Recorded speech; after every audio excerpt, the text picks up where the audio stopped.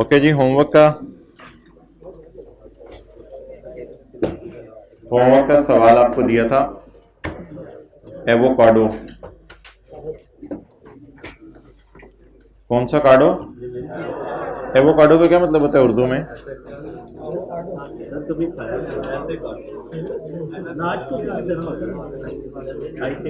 नाशपाती की तरह होता है या नाशपाती होता है? कीड़ा सा होता है एक, हदो भी।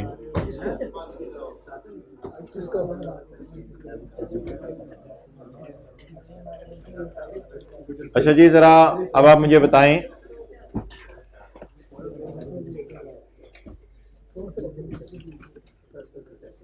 जो बंदा मैन्युफैक्चरर हो या तो बंदा डीलर हो, मैन्युफैक्चरर हो यानी होंडा एटलस कार मैन्युफैक्चरर है, तो होंडा एटलस कार गाड़ी बेचते हुए क्या एंट्री करता होगा? वैसे कह रहा हूं गाड़ी बेचते हुए डेटर डेबिट सेल क्रेडिट और cost of sale debit inventory credit. ये होंडा एटलस कार गाड़ी बेचते हुए एंट्री करता होगा। डीलर, आम डीलर भी दुकान के ऊपर, डीलर्स वो होते हैं बड़े बड़े शोरूम खोले होते हैं, बाहर के मुल्क से गाड़ियां मंगवाई और मंगवा के बेच दी, तो डीलर्स भी आमतौर पे ये एंट्रीज करते हैं। तो ये अकाउंटिंग तो इंट्रो वाली है कि मैन्युफैक्चरर जब कभी अपनी चीज बेचता है तो डेटर डेबिट सेल क्रेडिट करता है और cost of sale debit inventory credit करता है। लेकिन अगर मैन्युफैक्चरर ये चीज किस्तों पे बेच दे तो इसका नाम पड़ जाता है मैन्युफैक्चरर लेसर। बस आपने एक चेंज लानी है, फिर सेल तो इसकी बुक करनी है क्योंकि इसका काम ही चीजें बेचना है, आपने लीज रिसीवेबल डेबिट कर देना डेटर की जगह।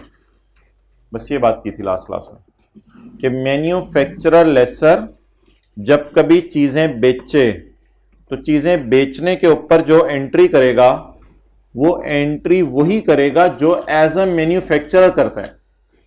ये अगर मैन्युफैक्चरर है, अगर ये मेन्यू, तो क्या ये सेल बुक करेगा? करेगा। तो हमने कहा था, एक बंदा आया था, उसने कहा था गाड़ी मुझे बेच दो कैश पे, तो उसने सेल बुक कर ली। एक बंदा आया, उसने कहा गाड़ी मुझे कैश पे ना बेचो, किस्तों पे बेच दो, तो मैंने कहा था सेल फिर भी बुक करें, लेकिन डेबिट डेटर को करें या लीज रिसीवेबल को करें? तो ये है बस मैन्युफैक्चरर डीलर लेसर के केस में। He is dealer in machine. Dealer in machine या डीलर इन कार्स कौन होता है? डीलर इन कार्स वो होते हैं जो बना के नहीं बेचते।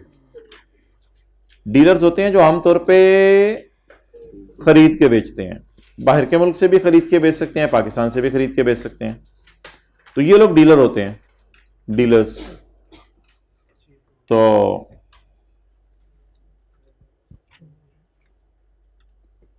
डीलर्स आमतौर पे क्या बुक करते हैं? सेल। आमतौर पे क्या बुक करते हैं? सेल।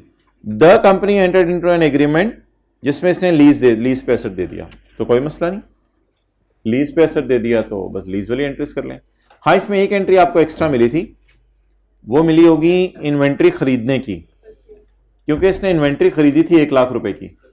इसके लिए इन्वेंट्री स्टॉक था, याद रखिएगा, इसके लिए इन्वेंट्री क्या था? स्टॉक था।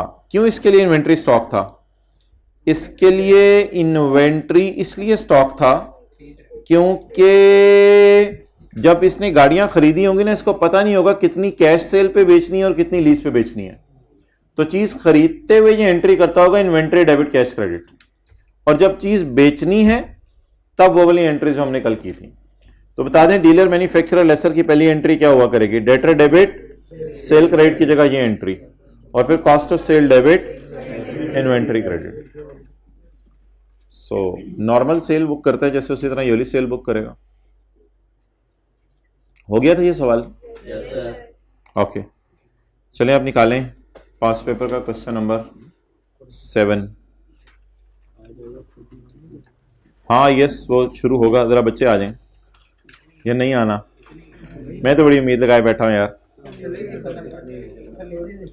क्या? नहीं, लीज नहीं खत्म करना। अच्छा जी, लीज में वैसे ही ब्रेक लेना मुनासिब है। निकालें जी, निकालें, जल्दी जल्दी जल्दी जल्दी। पेज नंबर बताएं। 145। अब आपने रोजाना सुबह आके मुझे याद कराया करना है कि लीज को एक दफा रिवाइज कर लें। तो हर क्लास में 1-2 मिनट शुरू में या एंड पे जरा लीज रिवाइज कर लिया करेंगे। ओहो, पेज नंबर 145। बेटा सुबह तो हम खाला के घर जा रहे हैं, शाम को फूफो के घर जाएंगे। अम्मी ठीक है, मेरे लिए पैक करवा लाइएगा। Question number 6। गावा लीजिंग लिमिटेड हैज, वैसे लालच नहीं होना चाहिए तबीयत के अंदर। Gava Leasing Limited has leased a machine to Honey Berry Limited on 1 July 2017 on following terms. Gava Leasing Limited ने हनी बेरी लिमिटेड को 1 जुलाई 2017 को लेसर लीज पे दिया। गावा कौन? Lessor. Had lease machine to Honey, Honey कौन? Prepare note for inclusion in GLL's financial statement for the year ended 30 June 18। हमने किसकी किताबों में नोट बनाने? लेसर की किताबों में नोट बनाने। अब पहले तो हम देखा करते थे कि लेसर फाइनेंस है या ऑपरेटिंग। अब एक और भी चीज देखते हैं हम कि लेसर बैंक टाइप कोई चीज है या मैन्युफैक्चरर डीलर है। अब ये चीज भी देखा करेंगे, ठीक है। तो कहीं लिखा हुआ है गावा लीजिंग लिमिटेड, लीजिंग कंपनी है, तो ये तो लीजिंग कंपनी बैंक टाइप है। तो मैन्युफैक्चरर डीलर लेसर टाइप चीज है कि कॉस्ट भी दी होगी, फेयर वैल्यू भी दी होगी, इतने पे कैश पे लोगों को बेचता है, कोई पैसे लेके आ जाए इतने पे बेचता है, इस तरह का डेटा दिया होगा? नहीं दिया होगा, नहीं दिया होगा। तो ये तो पुराना नॉर्मल वाला हमारा लेसर है, नॉर्मल लेसर है। अब चेक करने के लीज क्या है, फाइनेंस है या ऑपरेटिंग है। तो बता दें, एक लफ्ज आज मैं बोलने लगा हूं जो मैं नहीं बोलता था। कल की क्लास में हमने सवाल किए मैन्युफैक्चरर डीलर लेसर के। इससे पहले जो लेसर होते थे वो होते थे सिंपल लेसर। सिंपल लेसर्स कौन होते हैं? जिन्होंने फैक्ट्रीज बनाई होती हैं या बैंक और लीजिंग कंपनीज? तो ये लीजिंग लिमिटेड है, तो लीजिंग कंपनी है। ये बना के चीजें बेच रहे या ये तो वैसे ही लीज पे दे रहे, बस चीजें वैसे ही लीज पर दे रहे। ये बैंक और लीजिंग कंपनी लोगों को कैश पे भी चीजें बेचते हैं? नहीं नहीं नहीं, ये तो इनका काम नहीं है। ये तो सिर्फ किस पे देते हैं लोगों को चीजें? लीज पे देते हैं। अच्छा, अब लीज के टेस्ट लगाने हैं। Non cancellable lease period is 3.5 years. Lease term बताएंगे अभी कितनी है? 3.5 years. Each semi annual rental of 48 million is receivable in arrears. तो पहला किराया कब मिलेगा? 31/12/17। एक्सेलेंट। पहला किराया कब मिलेगा? 31/12/17। और कितने साल तक मिलता रहेगा? 3.5 साल। कितनी दफा? 7 दफा। 7 किराए मिलेंगे। कैसे? एक साल में कितने किराए? 2। 3 साल में और 3.5 साल में 7। तो 7 रेंटल्स होंगे, 7 रेंटल्स। और बस एक ना पहली डेट ढूंढनी होती है, उसके बाद तो चल सो चल होता है। पहली पेमेंट कब होनी है? 30 जून, 31 दिसंबर, 31 दिसंबर 17, 31 दिसंबर 17 एरियर है ना, 31 दिसंबर 17। और उसके बाद फिर आगे 6 पेमेंट्स हो, टोटल 7 पेमेंट्स। बस पहली डेट पकड़नी होती है। Lease contains an option to extend the lease. Lease में एक ऑप्शन है कि लीज बढ़ाई जा सकती है। कितने साल? 1.5 साल। अब शेर खान से पूछना पड़ेगा, याद है शेर खान आया था, शेर खान से पूछना पड़ेगा कि तेरा क्या इरादा है। लीज 1.5 साल बढ़ाई जा सकती है, यानी फिर लीज टर्म कितनी हो जाएगी टोटल? 5 साल। Each semi annual instalment is extended period will be 15 million. लेकिन बाद में किराया कितना हो जाएगा? 15 मिलियन। रिसीवेबल इन एरियर्स, उसी तरह एरियर में रिसीवेबल रहेगा। It is certain that HL will exercise this option. ये सर्टन है कि लेसी ऑप्शन को एक्सरसाइज करेगा। बता दें जी, अब लीज टर्म 3.5 साल लें या 5 साल? तो इस सारे सवाल का मतलब हो गया lease term is equal to 5 years because we are reasonably certain that we will exercise. Okay, next. The rate छुपा हुआ in the lease is 10% per annum. The useful life of machine is, खत्म हो गई बात, खत्म हो गई बात। 5 टेस्ट लगाने की जरूरत नहीं, एक टेस्ट ही लगा लें बेशक। 5 / 6। बोलें बोलें बोलें बोलें। मैं ए वाला टेस्ट नहीं लगा रहा, बी वाला नहीं लगा रहा, मैं डायरेक्ट सी वाला लगा रहा हूं। 5 डिवाइडेड बाय 6 83%। मैं डी वाला नहीं लगा रहा, मैं ई वाला नहीं लगा रहा। एक का जवाब ही क्या आ गया है? अगर एक का जवाब भी यस आ जाए तो लीज फाइनेंस। फाइनेंस लीज का मतलब क्या होता है? Do not keep asset in books. Asset को किताबों से निकाल दें। फारक सवाल लग रहा है मुझे तो। थोड़ी इज्जत कर लिया करें आई कैप की, आप लोग तो फौरन ही यस बोल देते हैं। अच्छा, the unguaranteed residual value at the end of lease term is estimated at 20। Guarantee कोई हुई है? गारंटी कोई नहीं है, सारी क्या है? और अनगारंटीड रेजिडुअल वैल्यू का लस याद रखिएगा, लेसर के साथ खास है, ये लेसी के साथ है ही नहीं खास, ये लेसर के लिए लस होता है। तो unguaranteed residual value is estimated at 20 million. ये ना आईडीसी लेसर की अभी मैंने आपको पढ़ाई नहीं, इसको पढ़ाने में कोई आधा पौना घंटा लगता है। ये आईडीसी लेसर की है, लेसर अपने लॉयर को पैसे दे रहा है, ये नहीं हमने पढ़ाई हुई। तो इसको ना अभी इग्नोर करना है। अब आप कहेंगे अगर इग्नोर करना है तो क्या मेरा सोल्यूशन सही होगा? जी बिल्कुल सही होगा।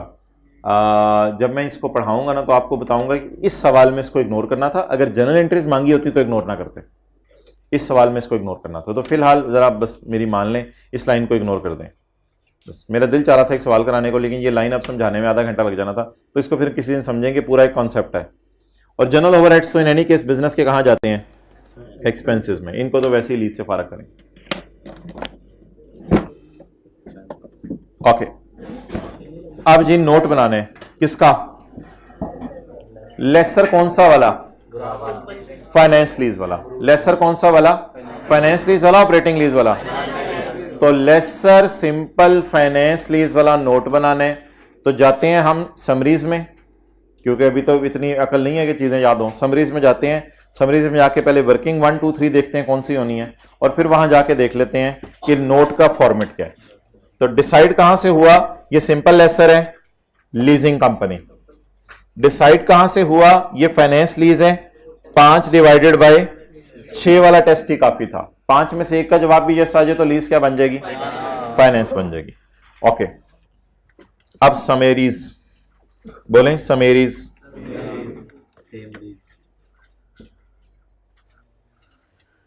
वो किधर है जो कह रहा था बुध को जो है वो एमसीक्यू उसकी डिस्कशन कर लें? तो आज ही गायब हो गया है। पेज नंबर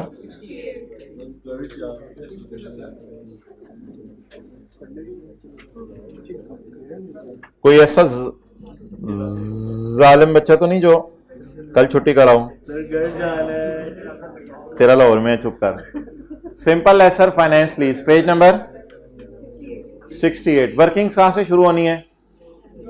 जीआई और एनआई से। अमोर्टाइजेशन शेड्यूल कहां से शुरू होने? अगर ओनरशिप ट्रांसफर होनी है तो परचेज ऑप्शन दी होगी, अगर ओनरशिप ट्रांसफर नहीं होनी तो यूजीआरवी दी होगी।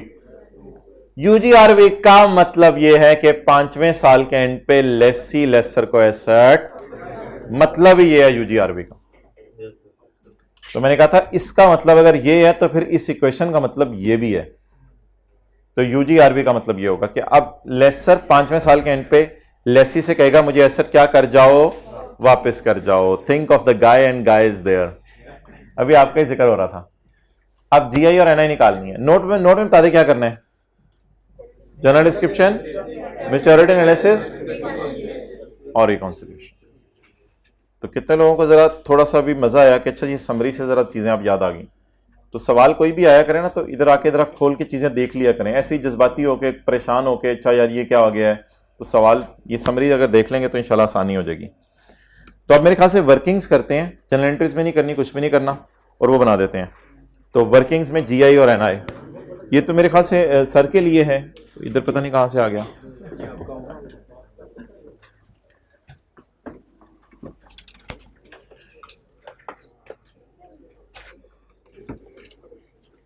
औजार निकालने सारे, कैलकुलेटर, बॉल पॉइंट। चलें जी, वर्किंग 1 बताएं जी। Gross investment.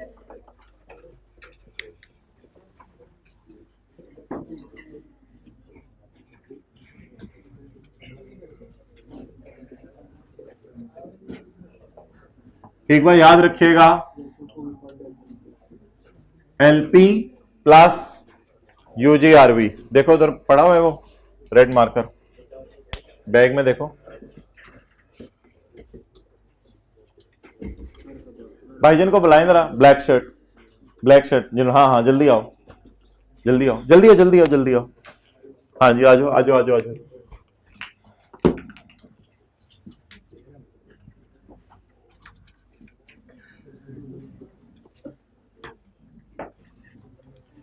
अच्छा जी, लीज पेमेंट बताएं आप। लीज पेमेंट, अब भाईजन को इनाम मिलना चाहिए ना। आजे आजे आजे आजे।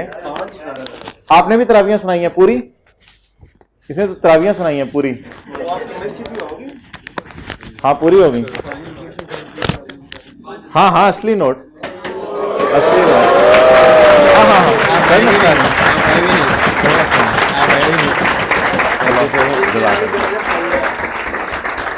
अब वो कह देगा मैंने 15 सिपारे सुनाए हैं, मेरे 2500। तो 15 सिपारे सुनाने वाला है इधर? अच्छा चलें। अच्छा लीज सुनने वाले को भी कह रहे हैं नाम में। Down payment plus rental plus GRV plus UGRV. अच्छा अब वो कह रहे साथ वाले को, मैं तुम्हें कह रहा था हिफ्स कर लो।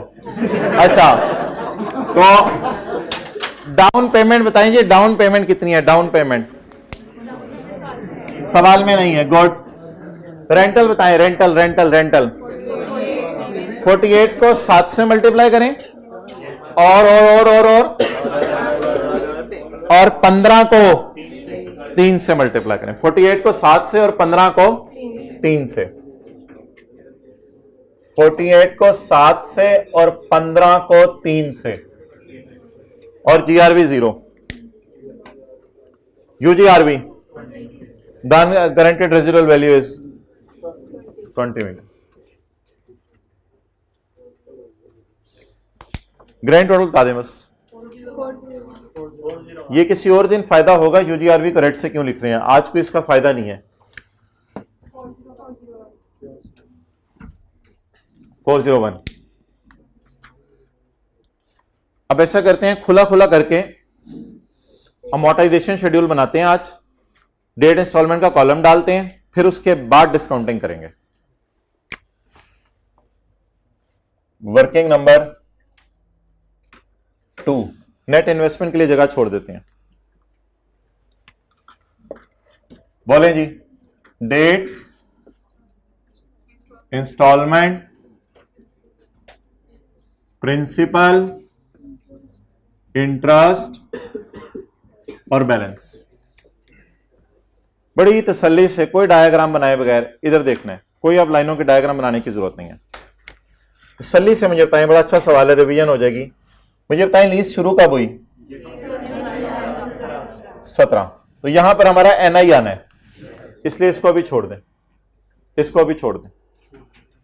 अब अगला सवाल, पहली पेमेंट एडवांस में है एरियर में है? कितने साल तक एरियर में किस्तें हैं?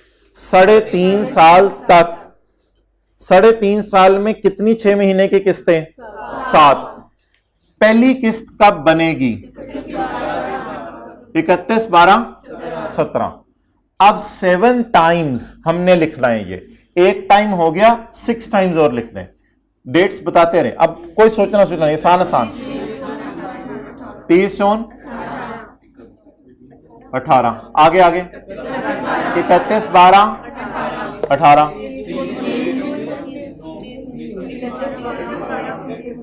साथ वाले को ना लगा के रखें, तू बस काउंट करके 7 जब पूरी हो जाए ना बता दी, उसको ये लगा के रखें। आप लोग इधर आए, 23 जून 20, 31 12 1 2 3 4 5 6 7। 3.5 साल में 7 किस्तें, कितने की?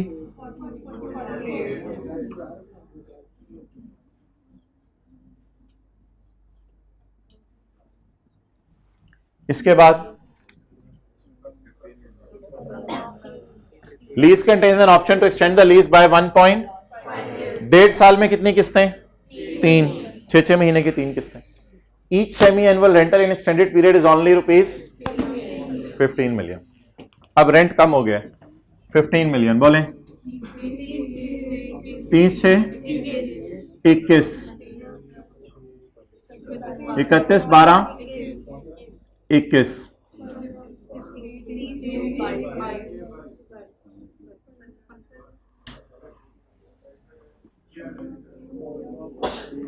लीज टर्म के ना एंड पर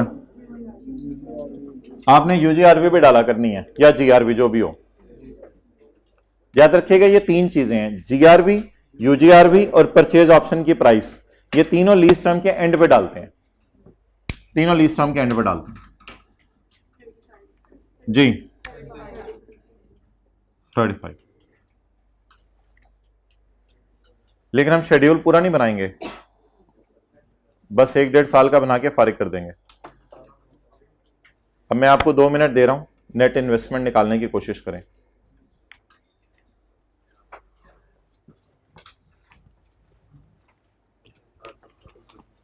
जल्दी करें, नेट इन्वेस्टमेंट निकालें और earned interest, GRV, UGRV, purchase option की प्राइस हमेशा लीज टर्म के एंड पे डालनी है।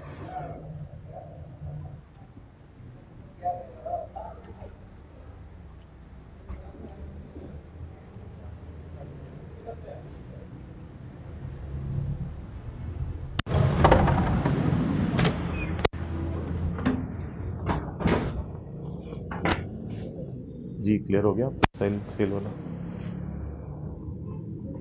हाँ जी, इसको इधर मत करें, नीचे करके टोटल इसका। हाँ जी, कौन पूछ रहा है?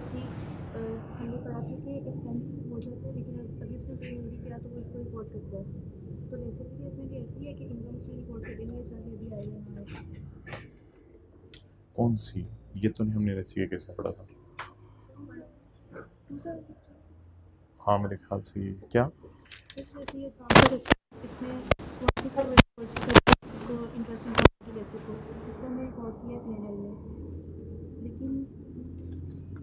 ये वही एवोकाडो वाला सवाल है? कौन सा है? हाँ तो एडवांस के सवालों में यही होगा ना कि ये इंटरेस्ट 2010 के, ये देखें दोनों के दरमियान 2010 के, तो ये रिकॉर्ड कर लेंगे, रिसीव हो या ना हो इससे कोई फर्क नहीं पड़ता। वो भी लेसी के सवालों में यही होगा।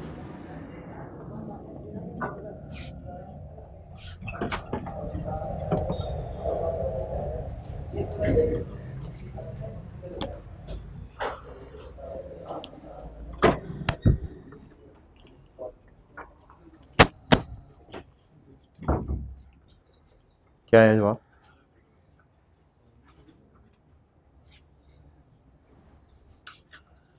आप तो देखे देखे लग रहे हो, आपके भाई ने भी सीए का प्रोफेशन के, सलाम देना उनको। हाँ जी पढ़ाइए, आ जाओ, उधर या इधर ही कर लें। हाँ सुना तो हमने भी है, फिर आप हमें भी दो। अच्छा चलो अब आप क्लास के बाद आना। अच्छा चलो आ जाओ। हाँ क्या कह रहे तू? कमीशन रखना है? हाँ नहीं वो तो बचपन से शुरू करो ना, फिर होगा।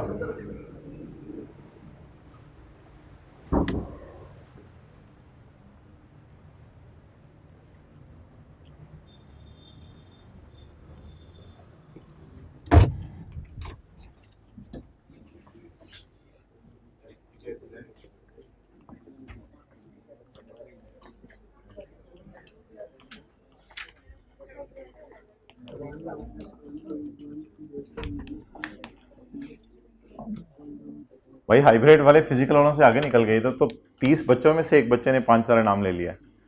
उधर चेहरा शरीफ कर दें।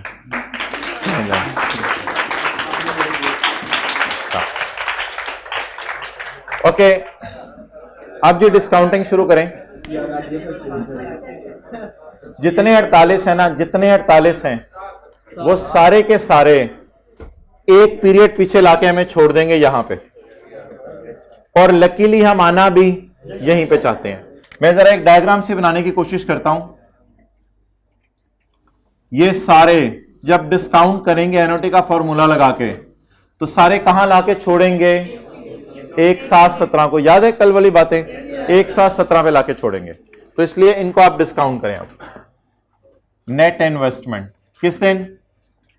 ऑन यकम जुलाई 17 इज इक्वल टू 48 इंटू। अच्छा एक बात याद रखिएगा, अगर रेंटल 6 मंथ का है तो फिर रेट भी 6 मंथ का होना चाहिए। अगर रेंटल 6 मंथ का है तो रेट भी 6 मंथ का। अब रेट बताएं क्या है? 10% पर, आगे लिखें इंटू 6/12, इस तरह लिख लें। डिवाइड बाय 2 ना किया करें, इंटू 6/12 आसान रहेगा, हर किस्म का डाटा उसमें कवर हो जाएगा। Into 6/12 is equal to 5%। तो रेट अब आपने लेना है 5%। 1 minus 1 point raise to power -7। How many times you are watching 48? 7 times. Raise to power minus divided by, इसको लाल ब्रैकेट में लेके किसी फैक्टर से मल्टीप्लाई नहीं करना। वाई? बिकॉज ये ऑलरेडी यकम जुलाई 17 पे आके खड़ा हो गया सब, तो इसका कुछ नहीं करना। नेक्स्ट, अब ऐसे आपके समझने के लिए कर रहा हूं, इधर लिख रहा हूं 15 जमा 20, पेपर में पूरा 35 से लिखना है। अब ये वाली जब मैं डिस्काउंटिंग मारूंगा, ये मुझे कहां लाके छोड़ेगी? एक पीरियड पीछे। ये आई थिंक ये यहां लाके छोड़ेगी, पहले इसको छोड़वाएं फिर देखते हैं क्या करना है। खुला खुला करके इधर नोट करते हैं। 15 into 1 minus 0.5 raise to power 3 is the number of times this figure is appearing. But इसे कहते हैं भरे बाजार में केले छोड़ जाना। ये हमें भरे बाजार में केला छोड़ के चला गया। अब अगर आप चाहते हैं दर्जी वाला काम करना, दर्जी वाला काम कर लें, लेकिन उसका भी आज हम शॉर्टकट देख लेते हैं। अब एक मिनट पहले समझ लें। इन 3 फिगर्स को इसने यहां लाके छोड़ दिया। दर्जी वाला काम क्या है? 1 2 3 4 5 6 7 7 दफा 6 महीने बीच में आ रहे हैं।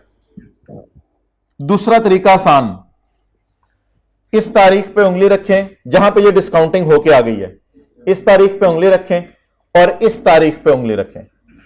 अब इन तारीखों के दरमियान तसल्ली से सोचें, कोई जल्दी नहीं, कितने साल हैं पहले ये बता दें, कितने साल हैं। डोंट मेक हेस्ट, तसल्ली से बताएं कितने साल हैं। आधा 17? नहीं ऐसे उंगलियों से क्यों गिर रहे हो? सिंपल बॉर्डर मैंने रखे हुए हैं। अगर डेट ऑफ बर्थ ये है और डेट ऑफ डेथ ये है किसी की, तो कितना अरसा दुनिया में रहा? 17 आधा 18 19 20 पूरा, कितने? 3.5 साल में कितनी दफा 6 महीने आएंगे? 7 दफा। तो 7 दफा इसको पीछे बुलाने, यानी 7 पीरियड्स बीच में 6 महीने के आ रहे हैं। तो 7 ये वाला है जो अब मैं यूज करने लगा हूं। इट इज 7 नॉट फॉर के 15 मुझे 7 दफा नजर आ रहा है, इट इज फॉर के 15 को 7 पीरियड्स पीछे लाना है। और एक बात पिछली क्लास में की थी, आप अगर 15 जमा 15 जमा 15 ये जो तीनों है जो भी बना, इसको अगर आप 1.05 रेज़ टू पावर -3 करते हैं तो वैसे ही जरा मुझे बताएं इधर जवाब क्या आ रहा है। वैसे ही इधर जवाब क्या आ रहा है? ये 45 से कम आएगा मेरे ख्याल से, 45 से कम आएगा, 45 से कम आएगा, 41 पूरा, 41 कर लो, चलो 40.8 कर लो, 40.8। अब ये 40.8 मुझे इस दिन चाहिए या इस दिन चाहिए? आप बताएं 3.5 साल लूं या रेट मेरा 6 मंथली है? नो, इज इट 3.5 साल और 6 महीने 7 दफा? तो 7 रेज़ टू पावर -7 करके आप इसको बुला लेंगे, या कहां खड़ा हो जाएगा? यकम जुलाई 17 को। तो अगला काम ये करना है कि इसको पकड़ के यहां लाना है, इस पूरे को लें ब्रैकेट में, क्योंकि मुझे पीवी चाहिए इस दिन की, इंटू 0.05 रेज़ टू पावर -7। ये कितने लोगों ने सही किया था? 1.05 रेज़ टू पावर -7। ओके, अब यूजीआरवी को तो आम तरीके से डिस्काउंट करें। यूजीआरवी ये खड़ी है, ये खड़ी है, बी कॉन्फिडेंट। कितने साल हैं? 5 साल है। तसल्ली कर लें, तसल्ली कर लें, जैसे मर्जी गिन लें, 5 साल ही बनेंगे। 30/18, 30/19, 30/20, 30/21, 30/22। How many years are there? अब दर्जी वाला काम तो बार बार नहीं कर सकते हम, एक एक करके गिरें। 5 साल है। रेट कौन सा यूज करें हम? 6 माह का। 5 साल में कितनी दफा 6 माह आते हैं? 10 दफा। तो raise to power -10, 20 into 1. Raise to power -10। जवाब 319।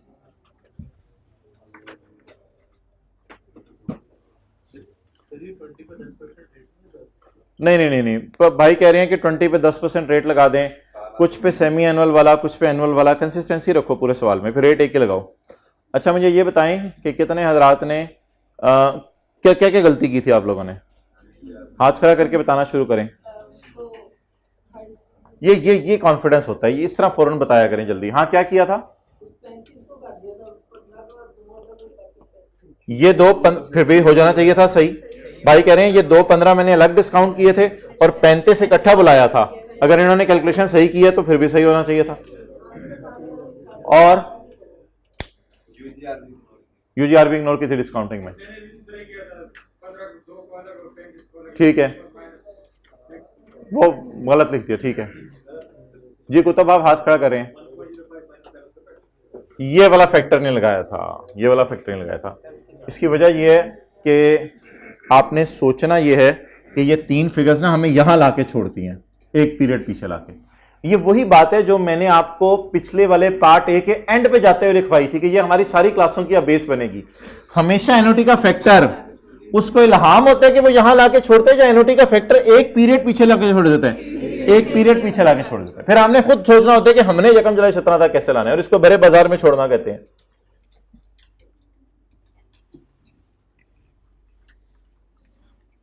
अब मुझे बताएं आप कि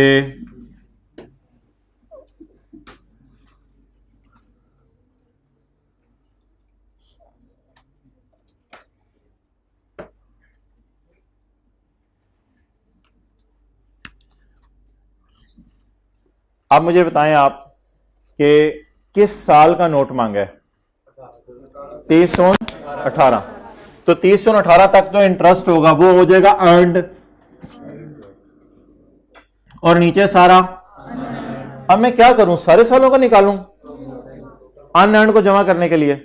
इसके लिए क्या शॉर्टकट है? टोटल अनअर्नड निकाल लें, यहां पे टोटल अनअर्नड निकाल लें। अनअर्नड इंटरेस्ट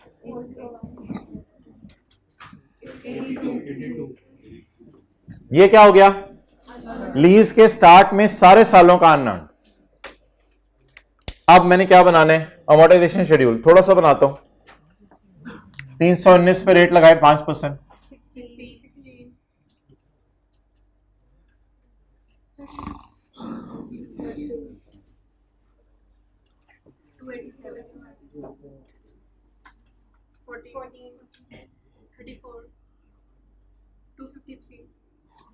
हमने कौन सी बैलेंस शीट बनानी है? छोड़े, चले जी, नोट बनाने आप।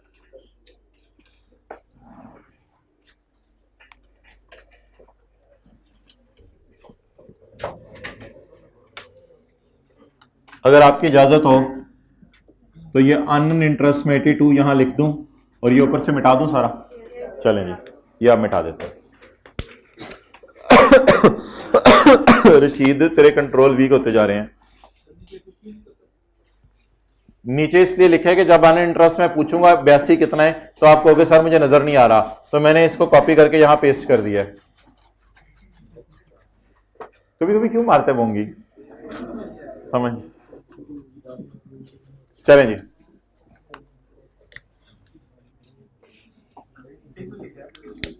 मुझे अब आप ये बताएं, थोड़ा सा जरा विजुअलाइज करें कि हमने नोट बनाने 318 का, तो जो 318 के P&L में चला गया वो अर्न, और जो नहीं गया वो सारा। मुझे ये लग रहा है कि 318 के साल का इंटरेस्ट मुझे यहां से मिलेगा, ये सारा। इसमें पहले 6 महीने का इंटरेस्ट 16 और अगले 6 महीने का। लकीली ये 318 की पेमेंट आ रही है, कोई रकम जनवरी के चक्कर में भी नहीं हम पड़े हुए कि ज्यादा सोचना पड़े। तो 6 महीने का इंटरेस्ट पहले का, 318 का साल शुरू कब हुआ होगा? तो बता दे, अगर मैं आपसे थोड़ा सा पॉज करके क्लास पूछूं यार मुझे P&L जरा बना के दे दो, सवाल में नहीं मांगा हुआ, P&L बना के दे दो 318 का, तो 12 महीने का इंटरेस्ट जाएगा उसमें। 12 में पहले 6 महीने का 16, अगले 6 महीने का, तो व्हाट इज अर्न्ड 16 जमा 14, व्हाट इज अर्न्ड 16 जमा 14, 16 जमा 14 इज अर्न्ड, और बाकी सारा अनअर्न्ड। लेकिन उसके लिए हमें कोई और तरीका लगा लेंगे। आप प्रॉपर फॉर्मेट बनाएं। ये वर्किंग आप कहां करेंगे? दूसरे पेज पे, पेपर में दूसरे पेज पे, क्योंकि आपको पता होगा नोट के लिए एक पेज काफी है। कर ली, अब कोई मसला नहीं। ये वर्किंग पेपर में कहां करेंगे? दूसरे पेज पे। पहले पेज पे क्या बनाएंगे? नोट। तो ये आदत आपने टेस्ट में शुरू की हो ना, वर्किंग पहले करके बाद में सवाल की रिक्वायरमेंट फॉलो कर रहे होते हैं, तो वो बंदा परेशान हो जाता है। पूरा जरा लिखें, गैलेक्सी, अच्छा गावा, गावा, चले छोड़े पर यार, पूरा घर जाके लिख लीजिएगा। Note to the for year ended 30/6/18 जी। नोट का नाम फाइनेंस फीस।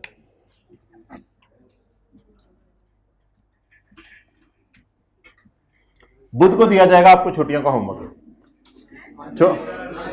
छुट्टियों का होमवर्क है वो सारे स्कूलों में मिलता है। जो आंडे हमारा अच्छा बाहर निकल, सारे स्कूलों में मिलता है होमवर्क छुट्टियों का। चलें जी, मैच्योरिटी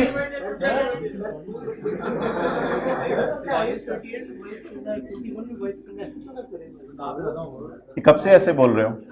अच्छा, मैच्योरिटी एनालिसिस, कॉन्ट्रैक्चुअल अनडिस्काउंटेड। भाईजान बड़ी ईद वाला पैकेज हमारा मौजूद है अभी तक, ऊंट वाला। सारे बच्चे आएंगे, सारे बच्चे। चलें जी, मैच्योरिटी एनालिसिस नोट बनाने के लिए हमारे साल की पेमेंट के नीचे आज ना थोड़ा सा जरा टेंशन से सुनिएगा।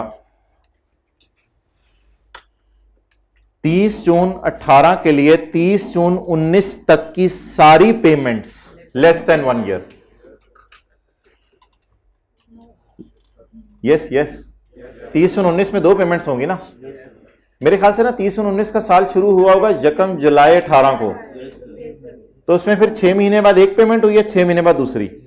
तो 30 जून 18 के लिए 30 जून 19 लेस देन, नहीं करंट कलर्स नहीं, वो बैलेंस शीट नहीं बन रही, जूता उतरते देर नहीं लगती। Less than 1 year. 30 जून 20 वाला ये लेस देन 1 हो गया, ये 1 to 2 years. 30 June 21 2 to 3 years, और ये 3 to 4 years. I repeat, what is my year? 30 June 18।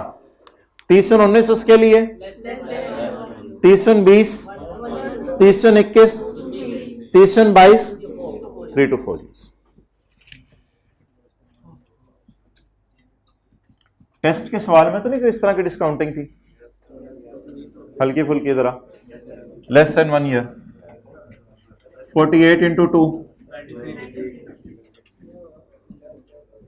1 to 2 years, 48 into 2,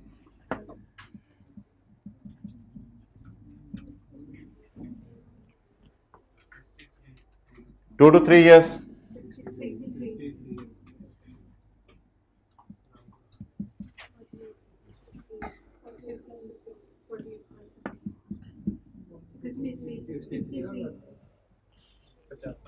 3 to 4 years नहीं, अगर 15 प्लस 35 कर दिया ना तो फिर यूजीआरबी जब आप उधर डालने लगेंगे तो आपको अपनी गलती का एहसास हो जाएगा और गलती सही कर लेंगे इंशाल्लाह। यहां गलती होनी नहीं पेपर में, क्योंकि जैसे यूजीआरबी डालने लगेंगे एहसास हो जाएगा, पजन इधर भी डाली उधर भी डाली, तो डबल डबल हो गया काम। तो अब मेरे ख्याल से 15 प्लस सिर्फ ये वाला 15 पकड़ लें।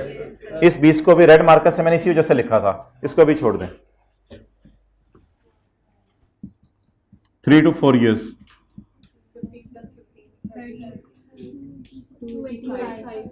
285 का भी नाम बताया था। Total lease receivable, total lease receivable.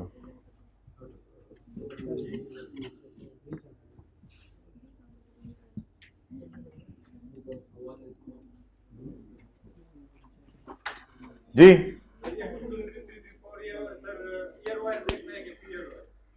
Year wise, ये ईयर वाइज होता है, लेकिन less than 1 to 2 year wise है ना, इसका पीरियड वाइज नहीं है। 6 महीने का ड्यूरेशन नहीं, आप 6 महीने का ड्यूरेशन है तो ईयर में 2 पेमेंट्स आनी है। हमने एक सवाल क्वार्टरली का होमवर्क में दिया था और उसका नोट बनाया था अगले दिन आके, तो उसमें फिर लेस देन 1 ईयर में 4 पेमेंट्स आई थी। तो ये ईयर वाइज है, ये पीरियड वाइज नहीं है, ये ईयर वाइज है। ओके आगे चलें। खाला जी आपका बेटा नहीं आया इस सफाई पे, नहीं वो आया हुआ कमरे में बंद है उसको। भाईजान सिर्फ 45 मिनट आप लोगों ने फुटबॉल खेला करना है या क्रिकेट, जरा कोई फ्रेश एक्टिविटी रखनी है। 5 दिन मोबाइल तो यूज नहीं करना। रिकॉन्सिलिएशन, ये दोस्तों के साथ बैठे गप्पे मारते रहते हैं, नहीं तो टाइम ही जाया होगा। कुछ हेल्दी एक्टिविटी कर लीजिएगा।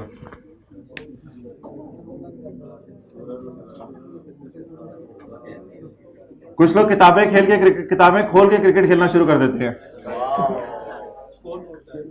कौन सा पेज खुला है? ये चलते 4 नंबर हो गए, चपेड़ लगे रहते हैं आधा घंटा।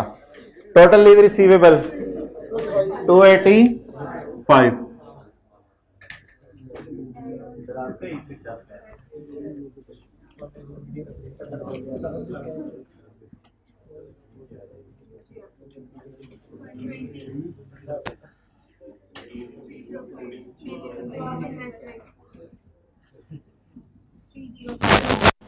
ये सवाल ना आपने सवैयां खाने के बाद रिवाइज करना है, मैं बता रहा हूँ। बड़ा मजा आया ये सवाल करके, सीरियसली आज लग रहा है पैसे पूरे हुए हैं। मैं बता रहा हूँ आपको, लीज इंशाल्लाह 6 दिन बाद IAS 21 के दोबारा शुरू होनी है, फिर मजा आना शुरू होगा लीज का। तो लीज को अब मैं मौका दे रहा हूँ, 4-5 दिन इसको रिवाइज कर लीजिएगा ईद पे। लीज रिवाइज करने पे सबसे ज्यादा फोकस करना है, सबसे ज्यादा फोकस करना है, ताकि आने वाले दिनों में आपको बाकी चीजें समझ आए। और हमारी ये क्लास और इससे पिछली क्लास, ये 2 मोस्ट क्रिटिकल क्लासें थी, इसलिए मैंने अटेंड किए हैं दोनों क्लासें। मड़ा तो क्या बोल रहे हैं आप? टोटल इंटरेस्ट कितना है उसमें से? अर्न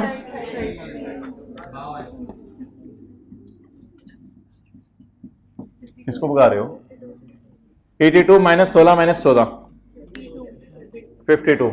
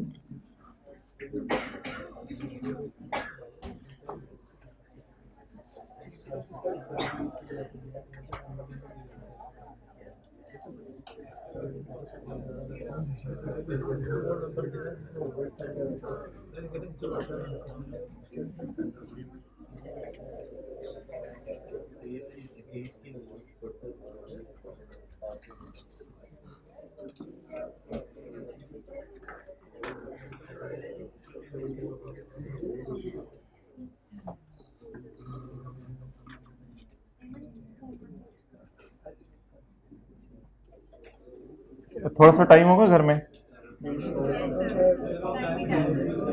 इस सवाल को कर लेंगे। एज्यूमिंग के एडवांस में कराया पे हो रहा है, चलिए फिर कीजिएगा। 15-20 मिनट लग जाएंगे आपके, मुझे लग रहा है 15-20 मिनट लग जाएंगे। तो इस सवाल के नीचे ना किताब पे ही लिख लें, question number 6A, assuming rentals are in advance. Question 6A बना लेना, एज्यूमिंग लिख लें, कुछ नहीं होता, assuming rentals are in advance, rentals advance में पे हो रहे हैं। और ऑनलाइन में फिर जिस बच्चे का आपके पास नंबर है, कोई ना कोई ग्रुप में जानने वाला होगा, उसको ज़रा तस्वीर भेज के पूछ लेना कि तुम्हारा भी यही जवाब आया है। और फिजिकल वाले बच्चे तो वैसे ही दाइमे वाला कोई साथ बैठा होगा, तो उसको ज़रा सोल्यूशन अपना दिखा लें कल, assuming rentals in advance. Clear? कोई कल नया फटा तो नहीं खुला होगा कि 10 मिनट इस पर भी लगाएं? लगा लेंगे, चले मैं भी क्लास में लगा लूंगा, ठीक है। तो कल इंशाल्लाह कोशिश करेंगे एज्यूमिंग रेंटल्स इन एडवांस। उसमें फिर जो एनआई निकालना है ना, उसमें थोड़ी सी आपकी डिस्काउंटिंग की रिवीजन हो जाएगी, पहली पेमेंट को डिस्काउंट नहीं करना। ओके, तो लिखें, बड़ा जबरदस्त सवाल बन गया ये, लिखें जबरदस्त। ओके, IAS 21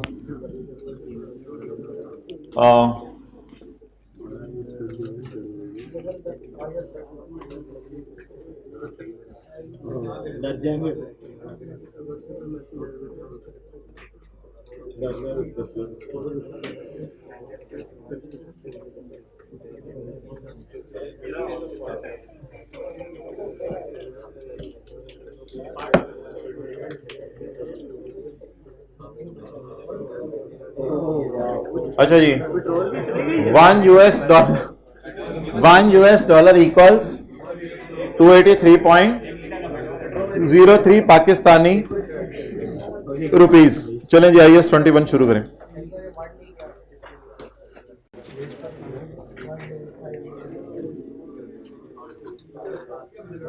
सवाल लिखें जी, पहला $1 कितने का है? US डॉलर, कनाडा का डॉलर कितने का? 283.03।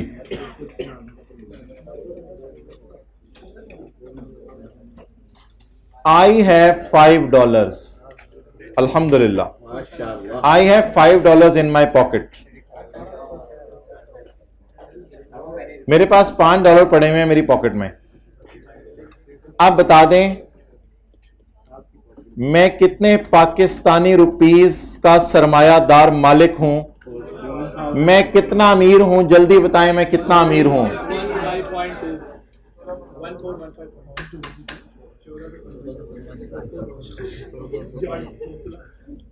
$5 इंटू रुपीज 283.03 14.15।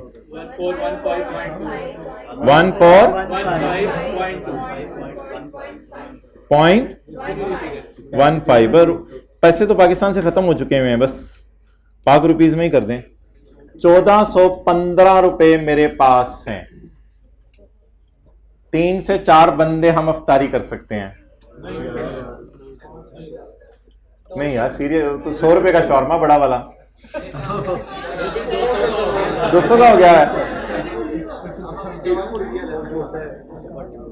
ओके,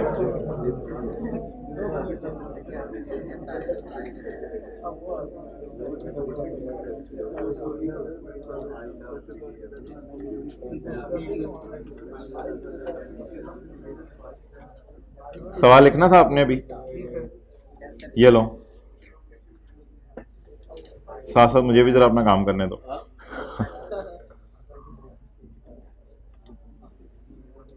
ओहो, छोटी छोटी ख्वाहिशें हैं साथ वाले की जिंदगी में।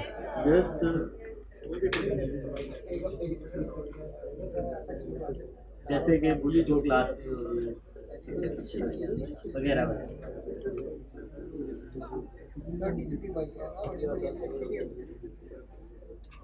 ये इसमें से वाइट केबल देखना, चार्जिंग वाली। आप ऐसा करें, किताब में ना क्वेश्चन नंबर 4 निकाल लें। पेज नंबर बताओ यार, क्वेश्चन नंबर 4 एंड पे जो नोट्स होते हैं, लेक्चर नोट्स वाला पेज। क्वेश्चन नंबर 2 बल्कि मेरे ख्याल से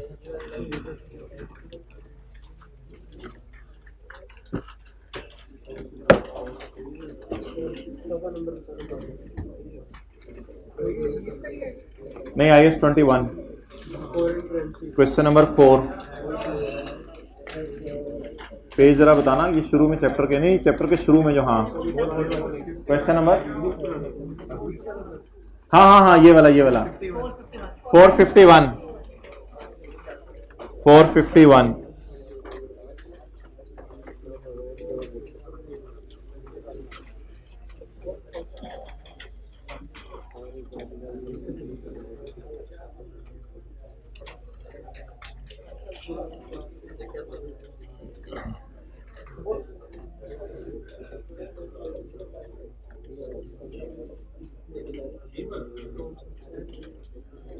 भाई ये मिटा दो व्हाइट बोर्ड पे।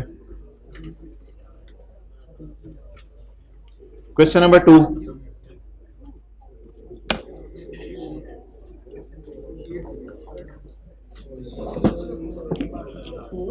छोड़ो आप, मैं मिटाता हूं, आप सवाल पढ़ो भाई, सवाल पढ़ें, जल्दी करो, टाइम नहीं है, सवाल पढ़ें। ये मुझे अगर टाइम मिला तो मैं घर से होमवर्क कर लूंगा इसको एडवांस में, कुछ हल्का फुल्का सॉल्व करने। आपको तो यार, आप तो माशाल्लाह स्टूडेंट है ना, स्टूडेंट के पास तो टाइम ही टाइम है। हम तो स्टूडेंट होते थे तो पढ़ के थक जाते थे, समझ नहीं आता था और पढ़ें क्या। यानी आज वाला भी कर लिया, पिछला भी रिवाइज कर लिया, और फिर समझ नहीं आता था, आधा घंटा वेले बैठ रहे थे और क्या पढ़ें।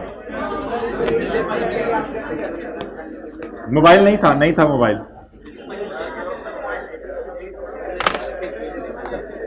बशीर लिमिटेड का ईयर एंड है 30 जून। इसने बाय किए हैं goods from N overseas supplier. इसने ओवर सी, समंदर पार बंदे से चीजें खरीदी हैं 1 मई 2008 को, साल खत्म होने से 2 महीने पहले।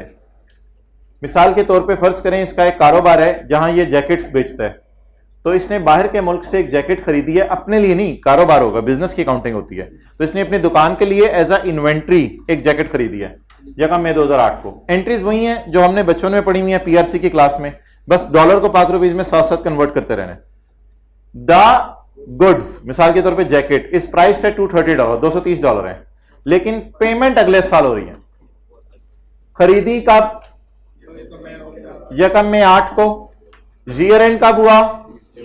30/8 को। पेमेंट कब होनी है? 31 जुलाई 8 को। 1 मई का रेट, 30 जून का रेट, 31 जुलाई का रेट। ये मुशर्रफ का जमाना था, कौन सा था ये पता नहीं, 2008 में कौन था? जरदारी, सब पे भारी। अच्छा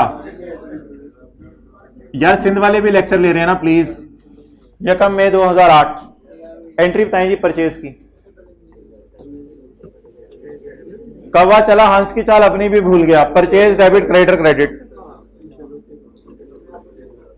बताएं जी, मैं आपको चेक कर रहा था, इसको ना इन्वेंट्री शो कर लें, by default perpetual system assume कर लें। इन्वेंट्री डेबिट और क्रेडिटर, साथ वाला ना मासूमियत से जाके साथ वाले से, यार ये सर कभी कभी कहते होते हैं बाय डिफॉल्ट परपेचुअल कर लें, ये क्या कहते होते हैं, ये क्या होता है, ये क्यों? पीरियोडिक सिस्टम में परचेज अकाउंट यूज होता है, परपेचुअल सिस्टम में इन्वेंट्री अकाउंट। जी कितने डॉलर की? $230 की। 1 मई को रेट 125, $230 इंटू रुपीज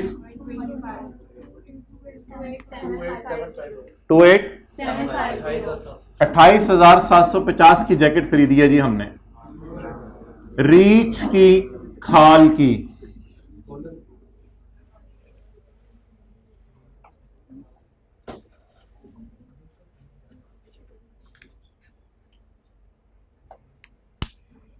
चलें जी आगे। अगली एंट्री कब करूं भाई? पहले ये वाली कर लेना, ये वाली एंट्री करें फिर अगली करते हैं। ये नहीं कि आसान है तो करनी नहीं एंट्रीज तो करें।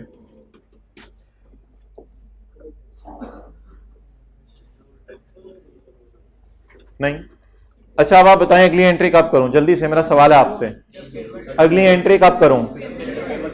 जब पेमेंट हो। किस साल? एक चीज और सोचे,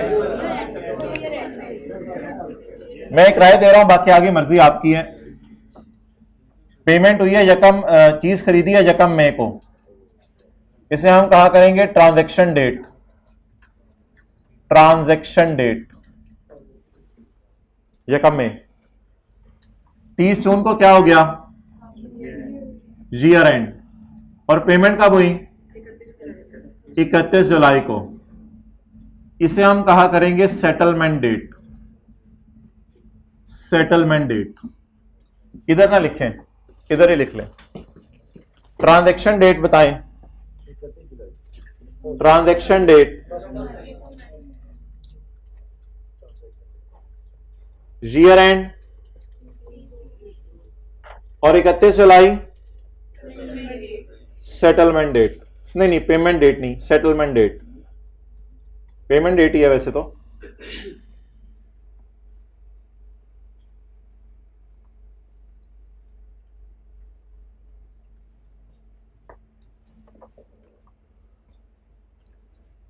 अगर मैं 30 जून पे खड़े होके आपसे एक सवाल पूछूं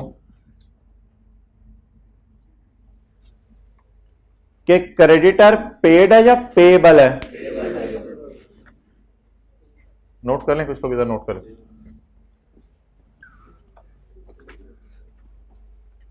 अगर मैं आपसे 30 जून पे खड़े होके पूछूं क्रेडिटर पेड है या पेएबल है? पेएबल है। ये पेएबल यानी कि पाक रुपीस की मद में 28,000 ही देने हैं, या मई जून में रेट में चेंज आई होगी? क्या अपडेट करें इसको या अपडेट ना करें? मुनासिब है कि यूजर को लायबिलिटी सही करके दिखा दें। जैसे एसेट्स नहीं होता था, रीवैल्यू कर दिए जाते थे, ऐसे करेंसी कितनी देनी है? 230। क्या ये 230 की करेंसी आपने खरीद के रख ली होती है? नहीं नहीं नहीं, ऐसा नहीं होता। हम बाय डिफॉल्ट अज्यूम करेंगे 230 की करेंसी हम बाजार जाके इस दिन लेंगे और उसको फिर बेच देंगे। तो मुझे बताएं, मैं इधर तंतिब रहे ना, मुझे बताएं 30 जून की रात को खड़े होके क्या मैं फील कर रहा हूं कि मैंने स्टिल $230 देने हैं? हाँ, मैं फील कर रहा हूं। लेकिन अब कितने रेट के ऊपर ले आऊं? बैलेंस शीट डेट पे। जैसे फिक्स एसेट को रिवैल्यू करते थे ईयर एंड के ऊपर। 30 जून 2008 एक कैलकुलेशन करने लगा हूं मैं। $230 इंटू ₹125 तो पुराना रेट है, नया रेट 134।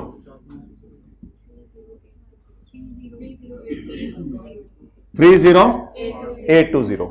क्या मैं इसको कह सकता हूं कि रेड मार्कर, क्या मैं इसको कह सकता हूं कि रहने दो कि ये मेरी नई लाइबिलिटी है, नई या लेटेस्ट, जो मर्जी कह दें, ये मेरी नई लाइबिलिटी है वर्सेस पुरानी लाइबिलिटी कितने पे बुक की हुई है? 28,750, 28750। ये मेरी पुरानी लाइबिलिटी है। अब मुझे बताएं आपको क्या फील हो रहा है कि मुझे क्रेडिटर बढ़ा देने चाहिए या कम कर देने चाहिए? 28 से 30 पे ले जाने चाहिए। मैं क्यों ज्यादा लायबल फील कर रहा हूं? क्योंकि डॉलर महंगा हो गया, डॉलर महंगा हो गया, अब मैं ज्यादा लायबल फील कर रहा हूं। तो what entry I should pass? बोलें बोलें बोलें।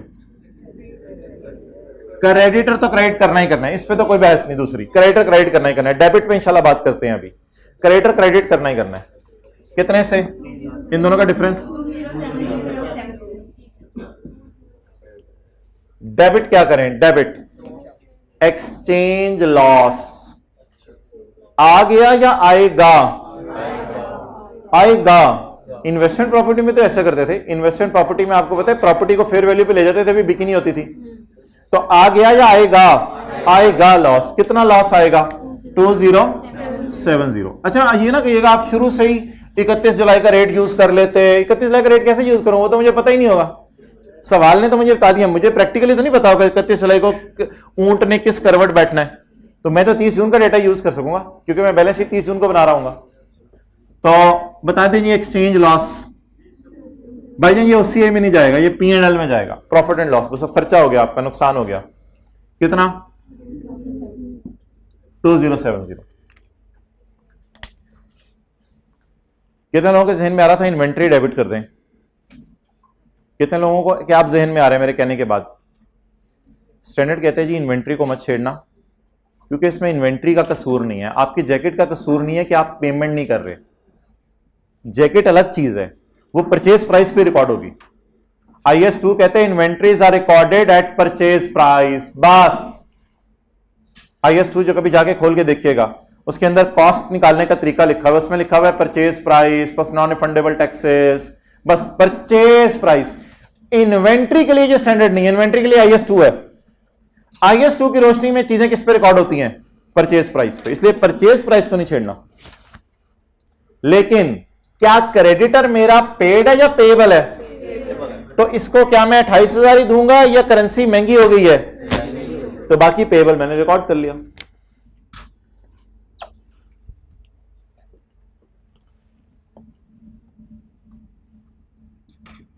तीस 2008 बैलेंस शीट में क्या नजर आएगा? करंट एसेट्स में इन्वेंट्री कितने में? एक्सेलेंट 28750। और करंट लाइबिलिटीज में ऑन 30/9 बताना है मुझे, ऑन 30/9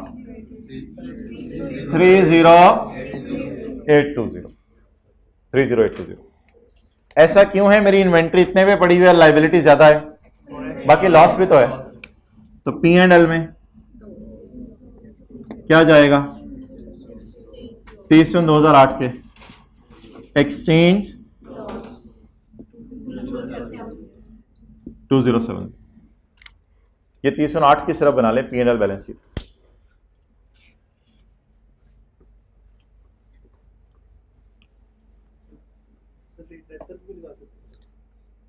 हाँ, लेकिन वो ना कई दफा ना रेट उल्टा दिया होता है, यानी ₹1 के कितने डॉलर हैं, वो फिर कंसिस्टेंसी के लिए इसी तरह करो। भाई कह रहे हैं मेरा दिल चाह रहा है कि मैं रेट नेट करके लगा लूं, यानी 230 × 134 - 125। तो वो ना करें, वो आने वाले दिनों में जो डाटा आएगा ना, वो फिर उससे हैंडल नहीं हो सकेगा। तो शुरू से ही एक पैटर्न रखें, जैसे आया कमाया में एक पैटर्न रखा था। हाँ कर दो शुरू जी।